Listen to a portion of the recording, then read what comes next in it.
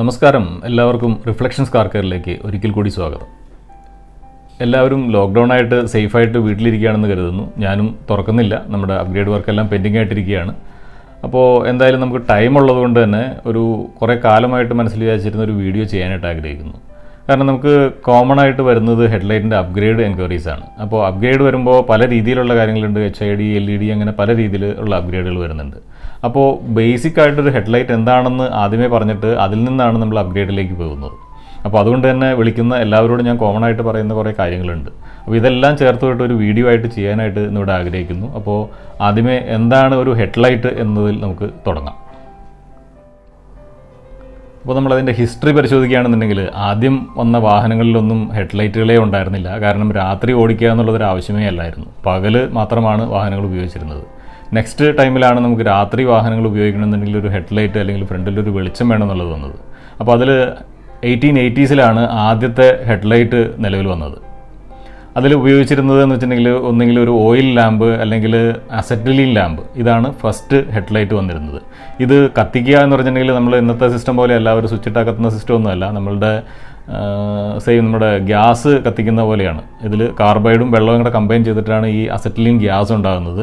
ഈ ഗ്യാസ് ബാക്കിൽ, വണ്ടിയുടെ ബാക്കിലുള്ള ഒരു ചേമ്പറിലായിരിക്കും, അല്ലെങ്കിൽ ഫ്രണ്ടിൽ ഹെഡ്ലൈറ്റിൽ തന്നെ ഒരു ചേമ്പറിലായിരിക്കും ഉണ്ടാവുക. ഇത് ഓൺ ചെയ്ത്, അല്ലെങ്കിൽ ഇതിൻ്റെ അകത്തേക്ക് ആ വെള്ളം ചാടുന്ന സിസ്റ്റം ഓൺ ചെയ്ത് അതിനുശേഷം ഈ ഫോം ചെയ്ത് വരുന്ന ഗ്യാസിനെ ഒരു ലൈറ്റർ ഉപയോഗിച്ച് കത്തിച്ച് ആ ഹെഡ്ലൈറ്റ് തുറന്നടച്ച് കുറച്ച് പരിപാടികളെല്ലാം ചെയ്തിട്ടാണ്, കുറച്ച് കഷ്ടപ്പെട്ടിട്ടാണ് ഒരു ഹെഡ്ലൈറ്റ് കത്തിച്ചിരുന്നത്. ഇപ്പോൾ നമ്മുടെ വാഹനത്തിൽ ഒരു ഡിമ്മും ബ്രൈറ്റ് അടിക്കാൻ തന്നെ ആളുകൾക്ക് വളരെ ബുദ്ധിമുട്ടാണ്. ആ ഒരു സമയത്ത് ഇത്രയും ബുദ്ധിമുട്ടിയിട്ടാണ് നമ്മുടെ ആദ്യകാല വാഹനങ്ങളിൽ ഹെഡ്ലൈറ്റ് കത്തിച്ചിരുന്നത് എന്നുള്ളത് നമ്മളിവിടെ ഓർക്കണം. അപ്പോൾ എത്ര ബുദ്ധിമുട്ടിയിട്ടാണ് അന്ന് ഒരു ഹെഡ്ലൈറ്റ് ഓൺ ആക്കിയിരുന്നതെന്ന് നിങ്ങൾക്ക് മനസ്സിലായിട്ടുണ്ടാവും. അപ്പോൾ ഇത്രയൊന്നും ബുദ്ധിമുട്ടില്ലാതെ നമുക്ക് ചെയ്യാൻ പറ്റുന്നൊരു ചെറിയ കാര്യമുണ്ട്. അതായത് നമ്മളിപ്പോൾ കണ്ടുകൊണ്ടിരിക്കുന്ന വീഡിയോയുടെ താഴെ ചെറിയൊരു ചുമന്ന ബട്ടണുണ്ട്, സബ്സ്ക്രൈബ് എന്ന് എഴുതിയിട്ടുണ്ട്. അതൊന്ന് പ്രസ് ചെയ്യുക. അതുപോലെ തന്നെ അതിൻ്റെ സൈഡിലുള്ള ബെല്ലൈക്കണൊന്ന് എനേബിൾ ചെയ്ത് കഴിഞ്ഞാൽ നമ്മളുടെ വീഡിയോയുടെ നോട്ടിഫിക്കേഷനുകളൊക്കെ നമുക്ക് കൃത്യമായിട്ട് കിട്ടിക്കൊള്ളും. ഈ ഒരു ടെക്നോളജി ഇപ്പോഴും നമ്മളുടെ നാട്ടിൽ ഉപയോഗിക്കുന്നുണ്ട്. നിങ്ങൾ ശ്രദ്ധിച്ചിട്ടുണ്ടെങ്കിൽ അറിയാം. അതായത് വെൽഡിംഗ് വർക്ക്ഷോപ്പുകളിൽ നമ്മുടെ വാഹനങ്ങളുടെ ബ്രോക്കൺ പാർട്സ് എല്ലാം ജോയിൻ ചെയ്യാനായിട്ട് ഗ്യാസ് വെൽഡിംഗ് ഉപയോഗിക്കുന്നുണ്ട്. ഈ സെയിം ടെക്നോളജി തന്നെയാണ് പണ്ട് 1880s നമ്മുടെ ഹെഡ്ലൈറ്റ് ആയിട്ട് ഉപയോഗിച്ചിരുന്നത്. കാൽസ്യം കാർബൈഡും ഓക്സിജൻ മിക്സ് ചെയ്തിട്ട് വരുന്ന അസറ്റിലീൻ ഗ്യാസും ഓക്സിജനും കൂടെ കമ്പൈൻ ചെയ്തിട്ടാണ് നമ്മളിവിടെ ഗ്യാസ് വെൽഡിങ് ചെയ്യുന്നത്. അപ്പോൾ ഈ സിസ്റ്റം തന്നെയാണ് നമ്മുടെ അന്നത്തേൽ ഓക്സിജൻ ഉണ്ടായില്ല, നമ്മളുടെ അസറ്റിലീൻ വരുന്നു, നാച്ചുറലി എയറിലുള്ള ഓക്സിജൻ വെച്ചിട്ടാണ് കത്തിയിരുന്നത്. അതാണ് പഴയ സിസ്റ്റം. ഇനി നമ്മളുടെ ആദ്യത്തെ ഇലക്ട്രിക് ഹെഡ്ലൈറ്റ് അല്ലെങ്കിൽ ഈ കറണ്ട് ഉപയോഗിച്ച് കത്തുന്ന ഹെഡ്ലൈറ്റ് നിലവിൽ വന്നത് 1898 കൊളംബിയ ഇലക്ട്രിക് കാർ കമ്പനിയാണ് ഈ ഒരു ഹെഡ്ലൈറ്റ് അന്ന് ആദ്യമായിട്ട് ഇൻട്രൊഡ്യൂസ് ചെയ്തത്. ഇത് 1879 ഇലക്ട്രിക് ബൾബിൻ്റെ കണ്ടുപിടുത്തത്തിന് ശേഷമാണ് ഈ ഒരു ഹെഡ്ലൈറ്റ് നിലവിൽ വന്നത്. അപ്പോൾ ഈ ആദ്യത്തെ ഇലക്ട്രിക് ബൾബിന് അല്ലെങ്കിൽ ഹെഡ്ലൈറ്റിന് ശേഷം ഇന്ന് നമ്മൾ കാണുന്ന ഏറ്റവും അഡ്വാൻസ്ഡ് ടെക്നോളജിയായ ലേസർ ബീം ഹെഡ്ലൈറ്റ് വരെ നമ്മളുടെ സിസ്റ്റം എത്തി നിൽക്കുന്നു. ഇനി നമ്മുടെ മെയിൻ ടോപ്പിക്കിലേക്ക് വരാം. അതായത് ബേസിക്കായിട്ട് നമ്മൾ ഫസ്റ്റ് കൺസിഡർ ചെയ്യാൻ ഉദ്ദേശിക്കുന്നത് ഒരു റിഫ്ലക്ടർ ലാമ്പും ഒരു പ്രൊജക്ടർ ലാമ്പും തമ്മിലുള്ള കമ്പാരിസനാണ്. നമുക്ക് വിവിധ തരത്തിലുള്ള ഹെഡ്ലൈറ്റുകളെ ഒന്ന് പരിചയപ്പെടാം. ആദ്യമായിട്ട് വരുന്നത് ഒരു റിഫ്ലക്ടർ ലാമ്പാണ്. അതായത് നമുക്ക് ഇതിൻ്റെ അകത്ത് കാണാം, അകത്തുള്ള റിഫ്ലക്ടർ കാണാം. ഈ റിഫ്ലക്ടറും ഹാലജൻ ബൾബ് കോമ്പിനേഷനാണ് ആദ്യമായിട്ട് വരുന്നത്. നെക്സ്റ്റ് വരുന്നതാണ് ഒരു പ്രൊജക്ടർ ഹെഡ്ലൈറ്റ്സ്. അടുത്തത് വരുന്നത് LED ഹെഡ്ലൈറ്റ്സ് ഉണ്ട്. അതുപോലെ തന്നെ മാട്രിക്സ് LED, അതുപോലെ തന്നെ അഡാപ്റ്റീവ് LED അല്ലെങ്കിൽ ഇൻ്റലിജൻറ്റ് LED. ഇതിൽ ബെൻസിൽ വരുന്ന S-ക്ലാസ്സിൽ വരുന്ന ഒരു ഇൻ്റലിജൻറ്റ് LED സിസ്റ്റമാണ് ഈ ഹെഡ്ലൈറ്റിൽ ഉപയോഗിച്ചിരിക്കുന്നത്. അപ്പോൾ നെക്സ്റ്റ് വരുന്നതാണ് ലേസർ ഹെഡ്ലൈറ്റ്, ഇപ്പോൾ ഉള്ളതിൽ ഏറ്റവും അഡ്വാൻസ്ഡ് ടെക്നോളജി. അപ്പോൾ അത് നേരെ എടുത്ത് കാണിക്കാനായിട്ട് എൻ്റെ കയ്യിൽ ഹെഡ്ലൈറ്റ് ഇല്ല. അപ്പോൾ അത് നമുക്ക് ഒന്ന് നെറ്റിൽ നോക്കാം.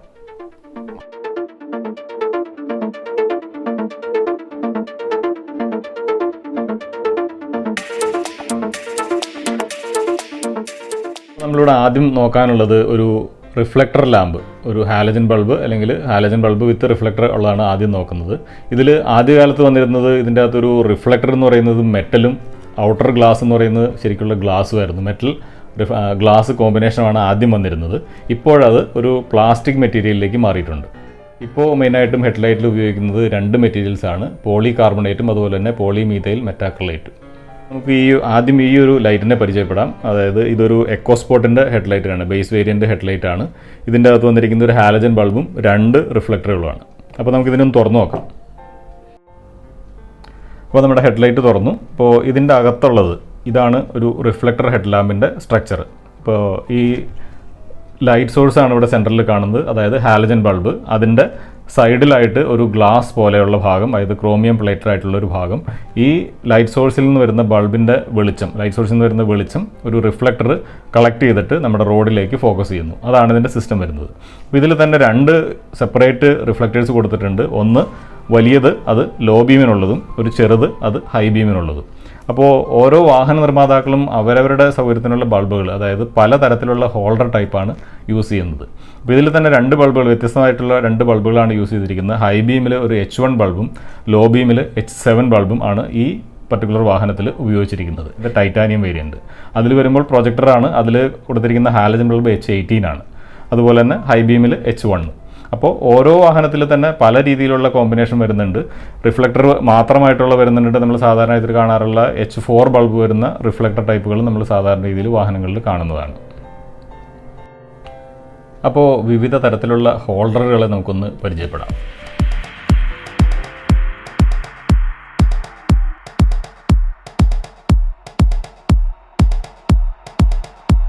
ഇതാണ് H7 ബൾബ്, ഇത് HB3 ബൾബ്, ഇത് H1 ബൾബ്, ഇത് HB4 ബൾബ്, ഇത് H4 ബൾബ്. ഇതിൽ മാത്രമാണ് 2 ഫിലമെൻറ്റ് വരുന്നത്.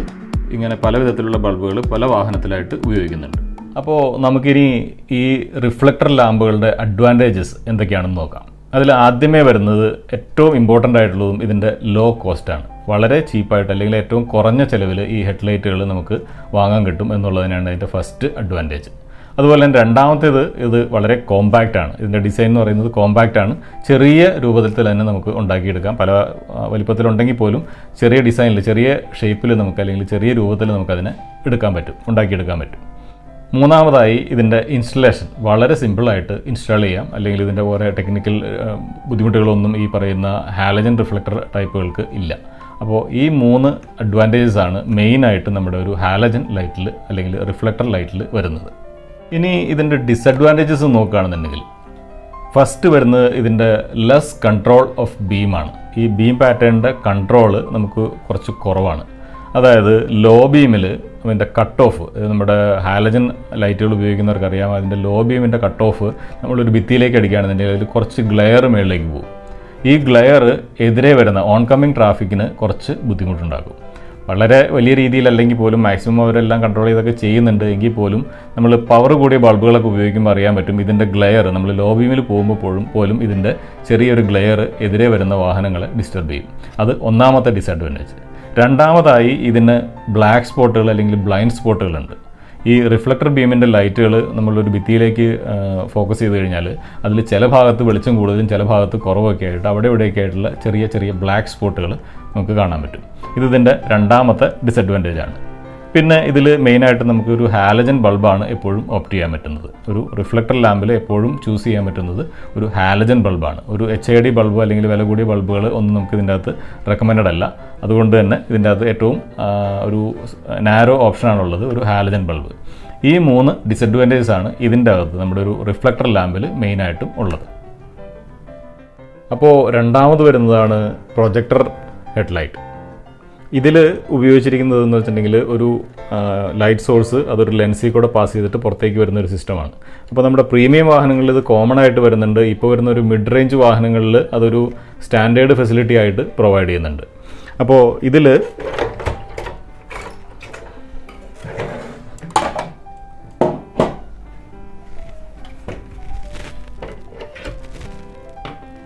ഈ ഒരു യൂണിറ്റാണ് ഇതിൽ ഒരു പ്രൊജക്ടർ എന്ന് പറയുന്നത്. ഇതിൻ്റെ അകത്ത് ഹെഡ്ലൈറ്റിൻ്റെ അകത്ത് ഇതൊരു BMW 5 സീരീസിൻ്റെ ഹെഡ്ലൈറ്റാണ്. ഈ ഒരു യൂണിറ്റാണ്, ഇതൊരു ബൈസെനോൺ പ്രൊജക്ടറാണ് ഇതിൻ്റെ അകത്ത് വരുന്നത്. അപ്പോൾ വാഹനങ്ങളിൽ ബേസിക്കായിട്ട് 2 തരത്തിലുള്ള പ്രൊജക്ടറുകളാണ് കാണപ്പെടുന്നത്.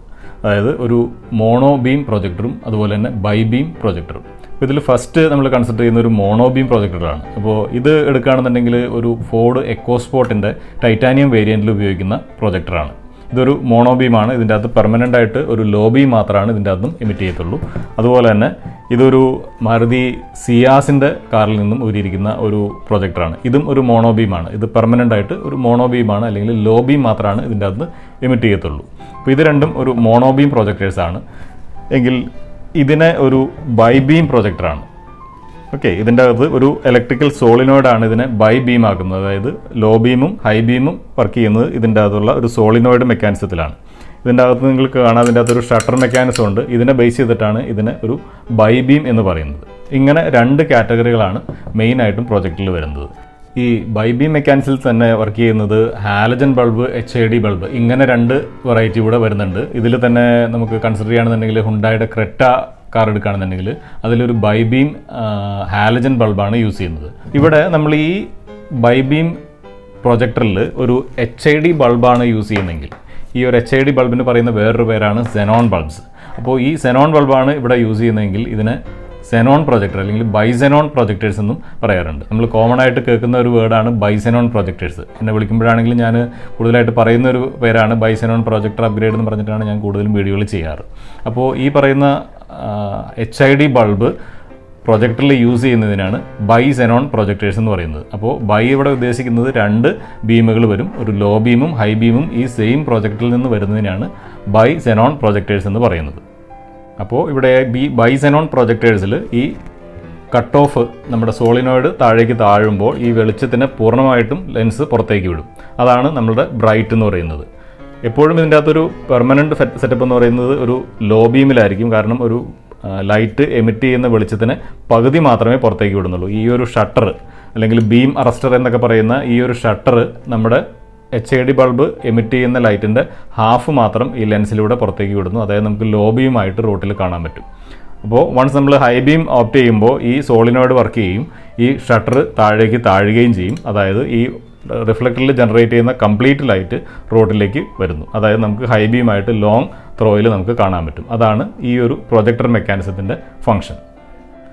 ഇതിപ്പോൾ ഒരു HID പ്രൊജക്ടർ, ബൈസെനോൺ പ്രൊജക്ടർ ആയിരുന്നു. ഇപ്പോൾ വരുന്ന വാഹനങ്ങളിൽ ഈ HID പ്രൊജക്ടേഴ്സ് മാറിയിട്ട് നമ്മളൊരു ബൈ LED പ്രൊജക്ടറിലേക്ക് മാറി വരുന്നുണ്ട്. ഫോർ എക്സാമ്പിൾ നമ്മുടെ ബലീനോ എടുക്കുകയാണെന്നുണ്ടെങ്കിൽ ഫസ്റ്റ് ജനറേഷൻ ബലീനോയിൽ വന്നിരുന്നത് ഒരു ബൈസെനോൺ പ്രൊജക്ടർ ആയിരുന്നെങ്കിൽ ഇപ്പോൾ ഉള്ള ബലീനോയിൽ വരുന്നത് ബൈ LED പ്രൊജക്ടറാണ്.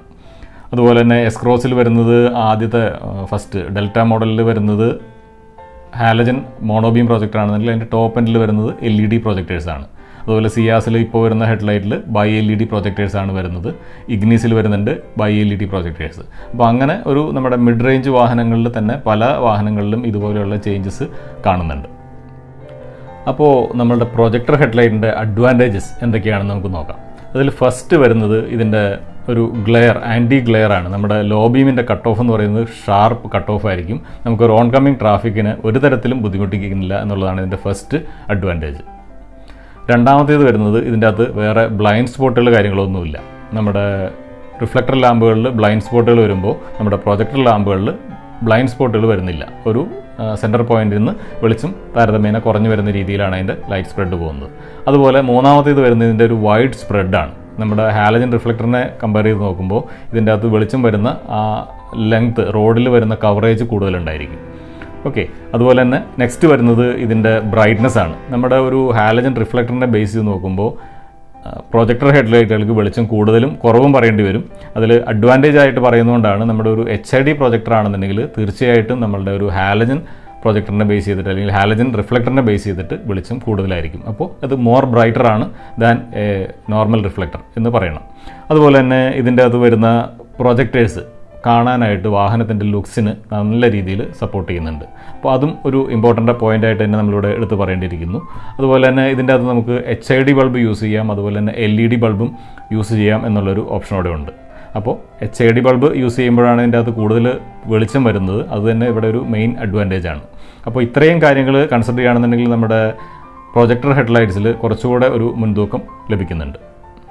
അപ്പോൾ നമ്മളുടെ പ്രൊജക്ടർ ഹെഡ്ലൈറ്റ്സിൻ്റെ ഡിസഡ്വാൻറ്റേജസ് നോക്കുകയാണെന്നുണ്ടെങ്കിൽ ഫസ്റ്റ് ഇത് എക്സ്പെൻസീവ് ആണ്. ഒരു എക്സ്പെൻസീവ് ഓപ്ഷനാണ് നമ്മുടെ പ്രൊജക്ടർ ഹെഡ്ലൈറ്റ് എന്ന് പറയുന്നത്. കാരണം ഇതിൻ്റെ അകത്തൊരു xenon ബൾബ് അതുപോലുള്ള സെറ്റപ്പുകളൊക്കെ വരുമ്പോൾ തീർച്ചയായിട്ടും അതൊരു എക്സ്പെൻസീവ് മെത്തേഡിലേക്ക് പോകുന്നുണ്ട്. നമ്മുടെ ചില വാഹനങ്ങളിൽ വില കുറഞ്ഞ രീതിയിൽ കിട്ടുന്നുണ്ട്. അതിൻ്റെ കോസ്റ്റ് വൈസിൽ കമ്പയർ ചെയ്ത് നോക്കുമ്പോൾ വില കുറവാണെന്ന് മാത്രം. പക്ഷേ നമ്മൾ ജനറലി നോക്കുമ്പോൾ ഒരു എക്സ്പെൻസീവ് ആയിട്ടുള്ള ഹെഡ്ലൈറ്റാണ് നമ്മുടെ പ്രൊജക്ടർ ഹെഡ്ലൈറ്റ്. തൗസൻഡ്സ് ടു ലക്ഷങ്ങൾ വരെ വില വരുന്ന ലൈറ്റുകൾ നമുക്ക് HID ലൈറ്റുകളിൽ വരുന്നുണ്ട്. രണ്ടാമത് നോക്കുകയാണെന്നുണ്ടെങ്കിൽ ഇതിൻ്റെ സ്പേസ് നമ്മുടെ ഒരു പ്രൊജക്ടർ ലൈറ്റ് കൺസ്യൂം ചെയ്യുന്ന സ്പേസ് സാധാരണയിലേക്കാളും കൂടുതലായിരിക്കും. നമ്മുടെ ഒരു ഹാലജൻ റിഫ്ലക്ടർ ലൈറ്റ് നമ്മൾ വളരെ ചെറുതായിട്ട് കോമ്പാക്റ്റായിട്ട് ഡിസൈൻ ചെയ്യാൻ പറ്റുമെങ്കിൽ ഒരു പ്രൊജക്ടർ ലൈറ്റ് വരുമ്പോൾ അതിൻ്റെ സ്പേസ്, ഇതിൻ്റെ ആക്സസറീസും കാര്യങ്ങളെല്ലാം കൂടി വരുമ്പോൾ തീർച്ചയായിട്ടും അതൊരു വലിപ്പം കൂടുന്ന രീതിയിലേക്കാണ് വരുന്നത്. അപ്പോൾ ഇങ്ങനെ ബേസിക്കായിട്ട് 2 ഡിസഡ്വാൻറ്റേജസ് ആണ് നമ്മളുടെ പ്രൊജക്ടർ ഹെഡ്ലൈറ്റ്സിന് വരുന്നത്. അപ്പോൾ നമ്മൾ ഇത്രയും പറഞ്ഞിരിക്കുന്ന കാര്യങ്ങളെല്ലാം ഒരു ജനറൽ ബേസിലാണ് പറഞ്ഞിരിക്കുന്നത്. ഇതൊരു റിയൽ ലൈഫ് സിറ്റുവേഷനിലേക്ക് വരുമ്പോൾ ഇതിൻ്റെ അകത്ത് പല രീതിയിലുള്ള ചേഞ്ചസും ഉണ്ടാവും. അപ്പോൾ ഇവിടെ ഒരു ഹാലജൻ റിഫ്ലക്ടർ ലൈറ്റും ഉണ്ട്, അതുപോലെ തന്നെ ഒരു പ്രൊജക്ടർ ലൈറ്റും ഉണ്ട്. ഇതിൽ ഏതാണ് നല്ലതെന്ന് നോക്കിക്കഴിഞ്ഞാൽ രണ്ടും 2 രീതിയിലാണ് നമുക്ക് കൺക്ലൂഡ് ചെയ്യാൻ സാധിക്കുക. കാരണം ചില സിറ്റുവേഷനിൽ പ്രൊജക്ടർ വരുമ്പോൾ അത് എഫിഷ്യൻ്റ് ആണ്, അതുപോലെ തന്നെ ചില സിറ്റുവേഷനിൽ ഹാലജൻ അതിനേക്കാളും എഫിഷ്യൻ്റ് ആണ്. നമുക്ക് റിയൽ ലൈഫ് സിറ്റുവേഷനിൽ പല എക്സ്പീരിയൻസും ഉണ്ടാവും. ചില റിഫ്ലക്ടർ ലൈറ്റുകൾക്ക് വെളിച്ചം കൂടുതലുള്ളത് നമുക്ക് നേരിട്ട് തന്നെ അറിയാൻ പറ്റും. കാരണം ഇതിൻ്റെ ബിൽഡ് ക്വാളിറ്റീനെ ബേസ് ചെയ്തിട്ടാണ് ഇതിൻ്റെ ലൈറ്റ് ഔട്ട്പുട്ട് വരുന്നത്. ഇപ്പോൾ ഇതിവിടെ എടുക്കുകയാണെന്നുണ്ടെങ്കിൽ ഒരു Audi A4ൻ്റെ ലൈറ്റാണ്, ഇതിന് നല്ല വില വരും. അതുകൊണ്ട് തന്നെ അതിൻ്റെ അകത്ത് നല്ല ലൈറ്റ് ഔട്ട്പുട്ടും കാണും. അപ്പോൾ അതേസമയം നമ്മളൊരു വില കുറഞ്ഞ ലൈറ്റിൻ്റെ പെർഫോമൻസ് നോക്കിക്കഴിഞ്ഞാൽ പ്രൊജക്ടർ ആണെന്നുണ്ടെങ്കിലും അതിൻ്റെ അകത്ത് ഔട്ട്പുട്ട് കുറവായിരിക്കും. അപ്പോൾ അങ്ങനെ പല രീതിയിലുള്ള എക്സ്ട്രാ കമ്പാരിസൺസും ഇതിൻ്റെ അകത്ത് വരുന്നുണ്ട്. അപ്പോൾ നമുക്കൊരു കൃത്യമായിട്ട് ഈ ലൈറ്റാണ് അല്ലെങ്കിൽ ഈ ലൈറ്റാണ് എഫക്റ്റീവ് അല്ലെങ്കിൽ നല്ലതെന്ന് പറയാൻ പറ്റില്ല. എങ്കിലും ഒരു ബെസ്റ്റ് കൺസിഡറേഷൻ കിട്ടുന്നത് നമ്മുടെ പ്രൊജക്ടർ ഹെഡ്ലൈറ്റുകൾക്കാണ്. ഇതിൻ്റെ വെളിച്ചം കുറച്ചുകൂടെ ഒരു എഫക്റ്റീവായിട്ട് നമുക്ക് ഓൺ കമ്മിങ് ട്രാഫിക്കിനെ ഒരു തരത്തിലും ഡിസ്റ്റർബ് ചെയ്യുന്നില്ല എന്നുള്ള വളരെ വ്യക്തമായ ഒരു അഡ്വാൻറ്റേജ് നമ്മളുടെ പ്രൊജക്ടർ ലൈറ്റുകൾക്കുണ്ട്. അപ്പോൾ അതുകൊണ്ട് തന്നെ ഞാൻ ഒരു പോയിൻ്റ് കൂടുതൽ കൊടുക്കുന്നത് എപ്പോഴും പ്രൊജക്ടർ ലൈറ്റുകൾക്കാണ്. ഇതുപോലെ തന്നെ നമ്മളുടെ പ്രൊജക്ടർ ലൈറ്റുകൾക്ക് അല്ലെങ്കിൽ ഹാലജൻ ലൈറ്റുകൾക്ക് അപ്ഗ്രേഡ് എന്ന് പറയുന്ന ഒരു ഓപ്ഷൻ ഉണ്ട്. അപ്പോൾ HID ബൾബ് അപ്ഗ്രേഡ് ചെയ്യാം, അതുപോലെ LED ബൾബ് ചെയ്യാം. അതിൻ്റെ ഒരു വീഡിയോ ആയിട്ട് നമുക്ക് വീണ്ടും കാണാം. അതുവരേക്കും എല്ലാവർക്കും ബൈ ബൈ.